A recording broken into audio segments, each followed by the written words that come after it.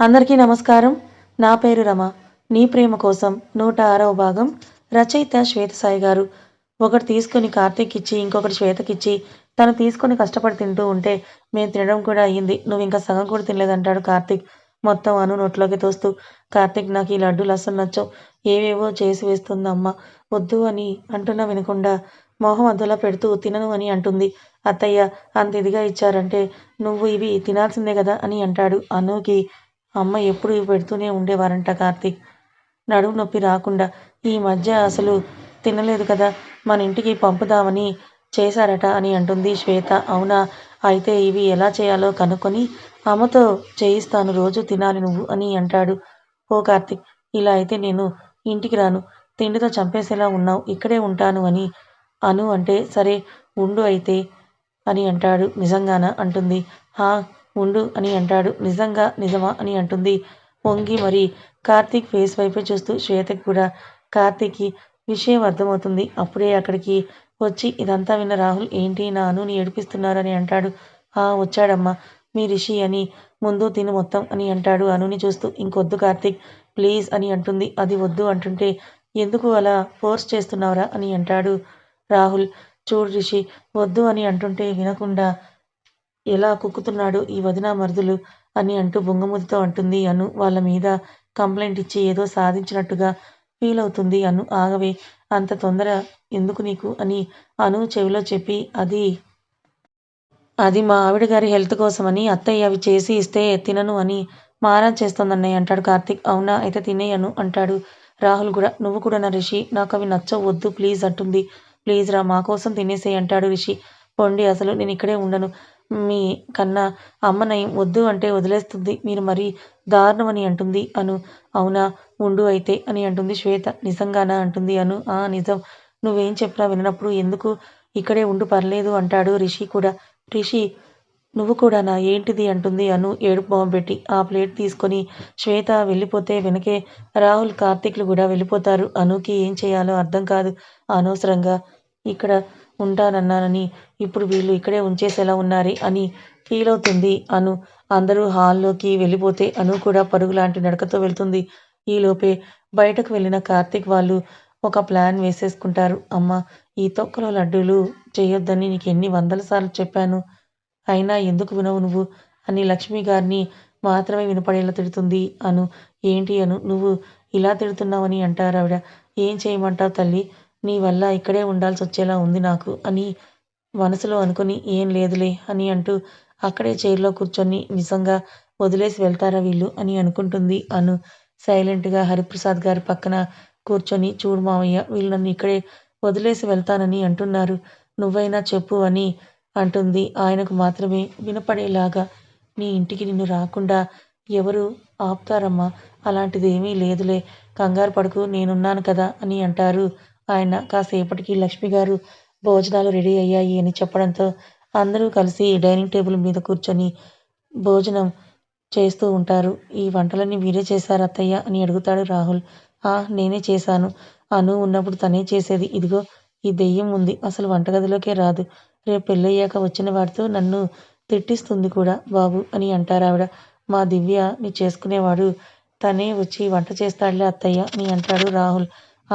అవునమ్మా, కార్తీక్ ఇంతకు ముందు ఒక మంచి మ్యాచ్ తెచ్చాడు, నేను దాని విషయమే మర్చిపోయాను. అబ్బాయి చాలా బాగున్నాడు. నేను కూడా అతనితో ఒకసారి మాట్లాడి మీకు డీటెయిల్స్ పంపుతాను, మీరు చూసి ఓకే చేస్తే దివ్య వెళ్ళి అతన్ని కలుస్తుందని అంటుంది అను.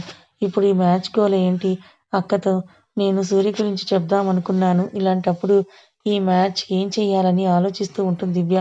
శ్వేత దివ్య పక్కనే కూర్చోవడంతో, నువ్వేం కంగారు పడకు, నేను టైం చూసుకుని అనుకి మీ విషయం గురించి చెప్తాను. ఇప్పుడు నువ్వు సూర్య విషయం చెప్పేయి, తను ఎలా రియాక్ట్ అవుతుందో తెలియదు. ఇప్పుడిప్పుడే కాస్త ప్రశాంతంగా ఉంది. అలాగే రేపే తన ఫస్ట్ నైట్ అనుకున్నాం దివ్య. ఇప్పుడు ఇవన్నీ దాని మీద ప్రభావితం చూపిస్తాయి, అర్థం చేసుకో అని బ్రతిమలాడుతుంది శ్వేత. అయ్యో అక్క, ఇంతలా బ్రతిమలాడాలా, పర్వాలేదక్క, అక్క కోసం నేనేమైనా చేస్తాను. ఇంకొకరు పెళ్లి చేసుకోవటమైనా నాకు ఇష్టమే, అది నాకెంత కష్టమైనా సరే అని చెప్తుంది. అంత అవసరం రాదు రౌడీ, మేమున్నాం కదా, మేము చూసుకుంటామని దివ్యకి ఇంకోవైపు ఉన్న కార్తీక్ అంటాడు. ఏంటి మీ ముగ్గురు గుసగుసలు ఏం మాట్లాడుకుంటున్నారని అడుగుతుంది అను. ఈరోజు రేపు మీ అక్కకి బోర్ కొట్టకుండా ఏదో ఒక కంపెనీ ఇవ్వు నువ్వు అని చెప్తున్నాను. ఇక్కడే ఉంటానని అన్నావు కదా అని అంటాడు కార్తీక్.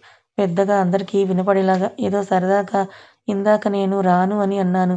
దాన్ని మనసులో పెట్టుకొని నువ్వు ఇంకా రానక్కర్లేదు అని అంటున్నారు మావయ్య చూడు అని అంటుంది అను. చాలా రోజుల తర్వాత వచ్చావు కదా అమ్మా! అను. ఒక 4 రోజులుండు ఏమైంది? తర్వాత వెళ్దువుగానిలే అని అంటుంది లక్ష్మి గారు. అవునమ్మా! ఒక 4 రోజులు ఉండి వెళ్ళు అని అంటారు రామ్మూర్తి గారు కూడా. ఉంటుందిలే నాన్నా! అంతగా చెప్పాలా ఏంటి? అని అంటుంది దివ్య నవ్వుతూ. అనుకే కన్ను కొడుతూ. ఇంకేం చెప్పాలో అర్థం కాక సైలెంట్‌గా తలూపుతుంది అను. కార్తీక్ ఇంకా శ్వేత ఇద్దరూ అను వైపు చూసి నవ్వుతూ ఉంటారు. మీరు ఇరికించారు కదా! మళ్ళీ మీరే వచ్చి తీసుకెళ్ళేదాకా నేను రాను. ఏం చేస్తారో చేసుకోండి అని మనసులో గట్టిగా వాళ్ళని తిట్టుకుంటూ ఉంటుంది అను.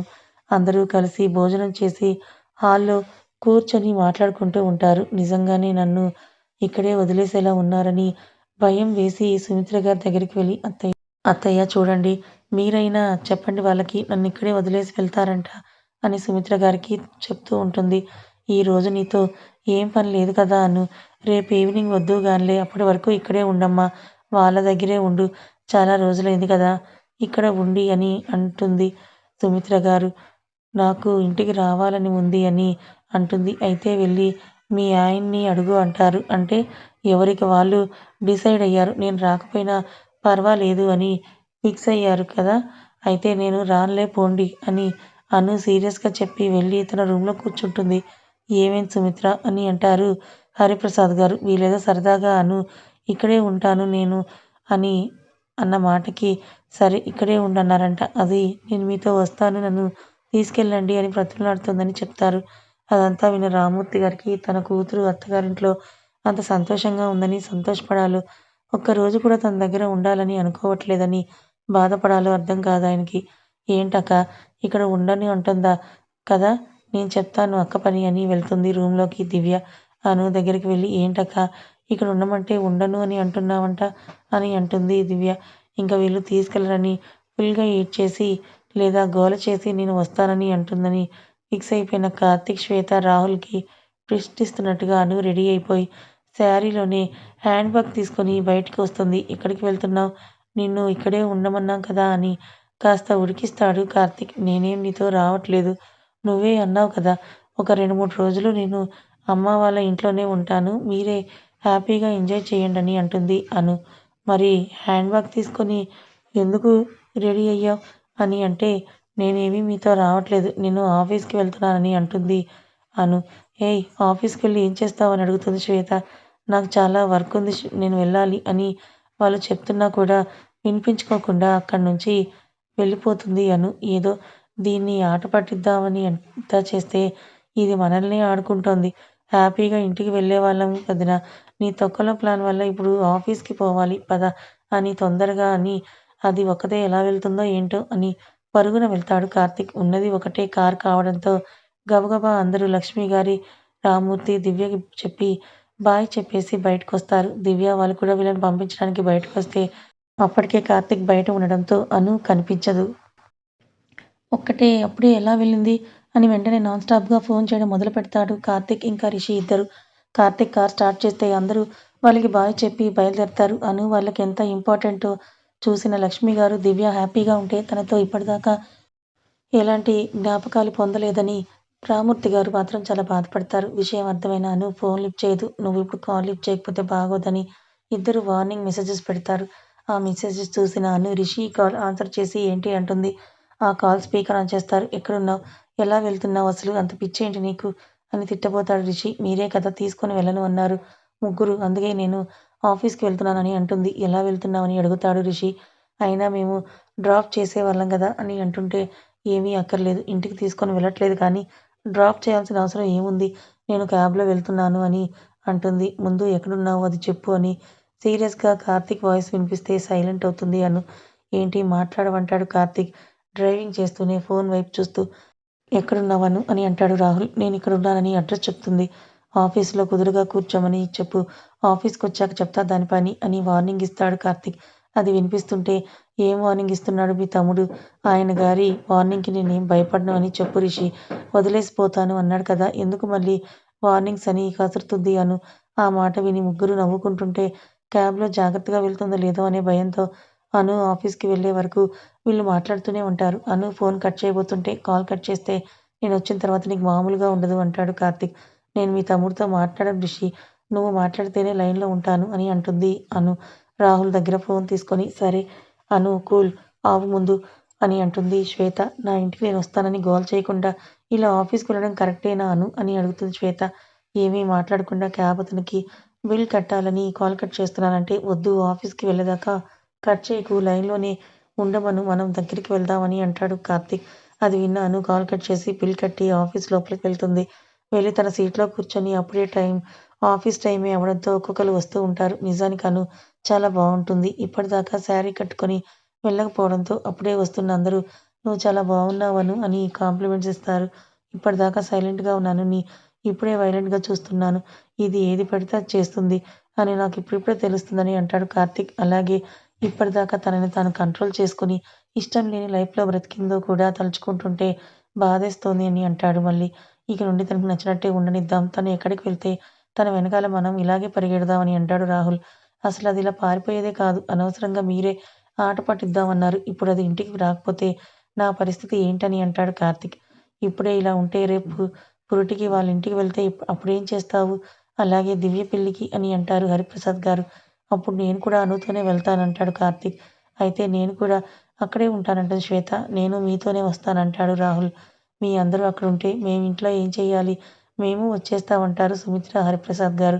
అందరూ నవ్వుకుంటారు. లోపలికి వెళ్ళిన అను మౌనితో మాట్లాడుతూ అక్కడ ఒక కొత్తమ్మాయి ఉంటే తనని అనూకి పరిచయం చేస్తుంది మౌని. న్యూ జాయినింగ్ అను. తన పేరు నీలిమ అని అనూకి పరిచయం చేస్తుంది మౌని.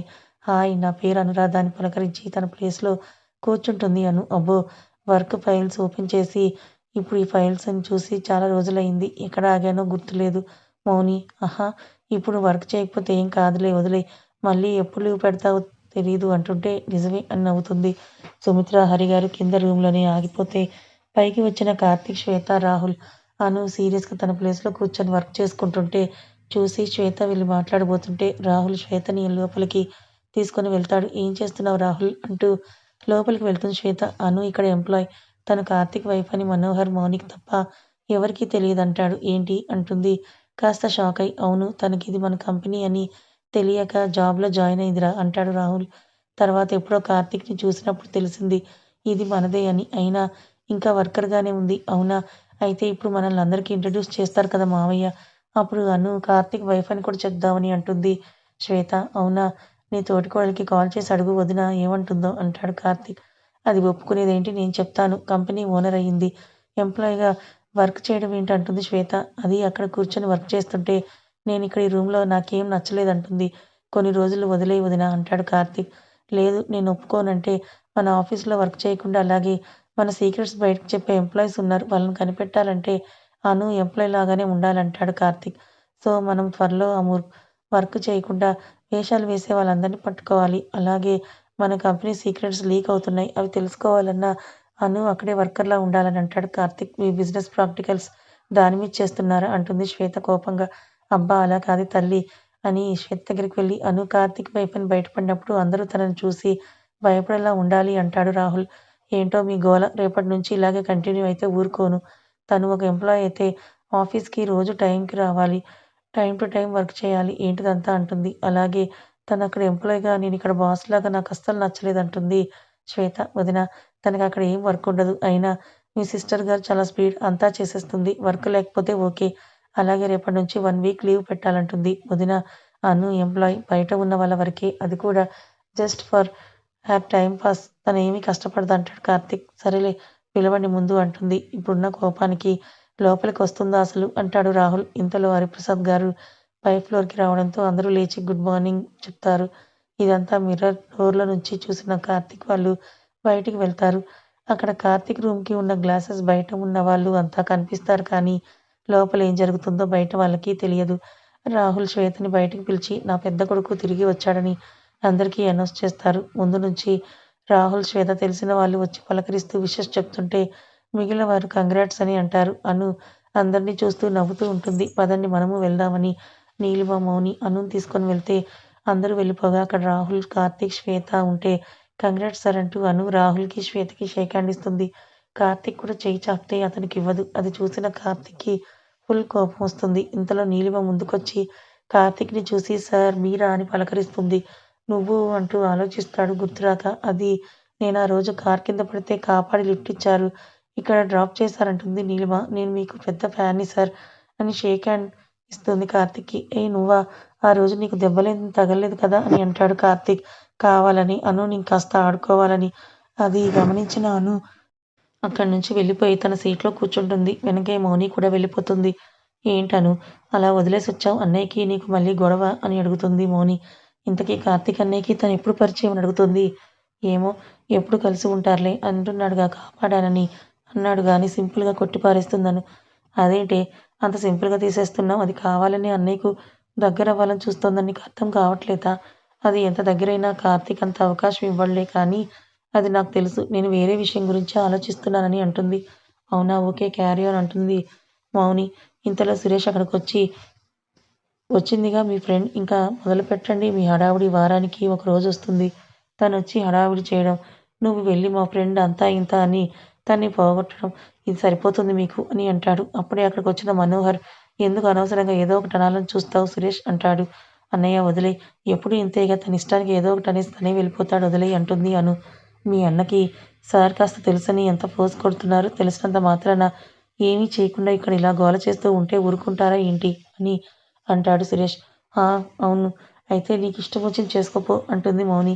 ఇంకా అను ఏమీ మాట్లాడకపోవడంతో గొడవ జరగదని తెలిసి సురేష్ వెళ్ళిపోతాడు. అంతకు ముందే అక్కడికొచ్చి అదంతా విన్న నీలిమ ఏమైందంటుంది. ఏం లేదు వర్క్ చేసుకో అని మౌని అంటే ఏమైందో తెలుసుకోవాలని సురేష్‌ని అడగడానికి వెళ్తుంది నీలిమ.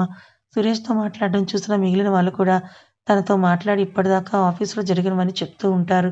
అన్నీ తెలుసుకుంటూ ఉంటుంది నీలిమ. అను ఎక్కువగా కార్తీక్ రూమ్‌లోకి వెళ్తుంది అనే విషయం తెలిసిన నీలిమ ఓహ్! అయితే అక్కడికి వెళ్లి సార్‌కి క్లోజ్ అని చెప్పుకొని అందరిని భయపెట్టి ఇక్కడ రాజ్యం ఏలుతోందా ఈవిడ అనుకుంటుంది నీలిమ. అయితే కార్తీక్ సార్ నాతో కూడా బాగా మాట్లాడుతున్నారు. అను కన్నా నేను అందంగా ఉంటాను. కాబట్టి నేను ఆయన్నిట్టే ట్రాప్ చేస్తాను. అది నీలిమ ఇన్నర్ ఫీలింగ్. లేకపోతే అను కన్నా తను బాగోవటం ఏంటి? 1% కూడా బాగోదు. అప్పుడు ఇక్కడ నేనేది చెప్తే అదే ఇక్కడ నడుస్తుందనుకుంటుంది నీలిమ. కాసేపు అందరూ వర్క్ చేసుకుంటూ ఉంటారు. లోపలికి రా అని శ్వేత అనుకి ఎన్ని మెసేజెస్ పెట్టినా చూసి రిప్లై కూడా ఇవ్వదు అను. కథ ఇంకా ఉంది. మరి ఈ కథ మీకెలా అనిపించింది? నచ్చిందా?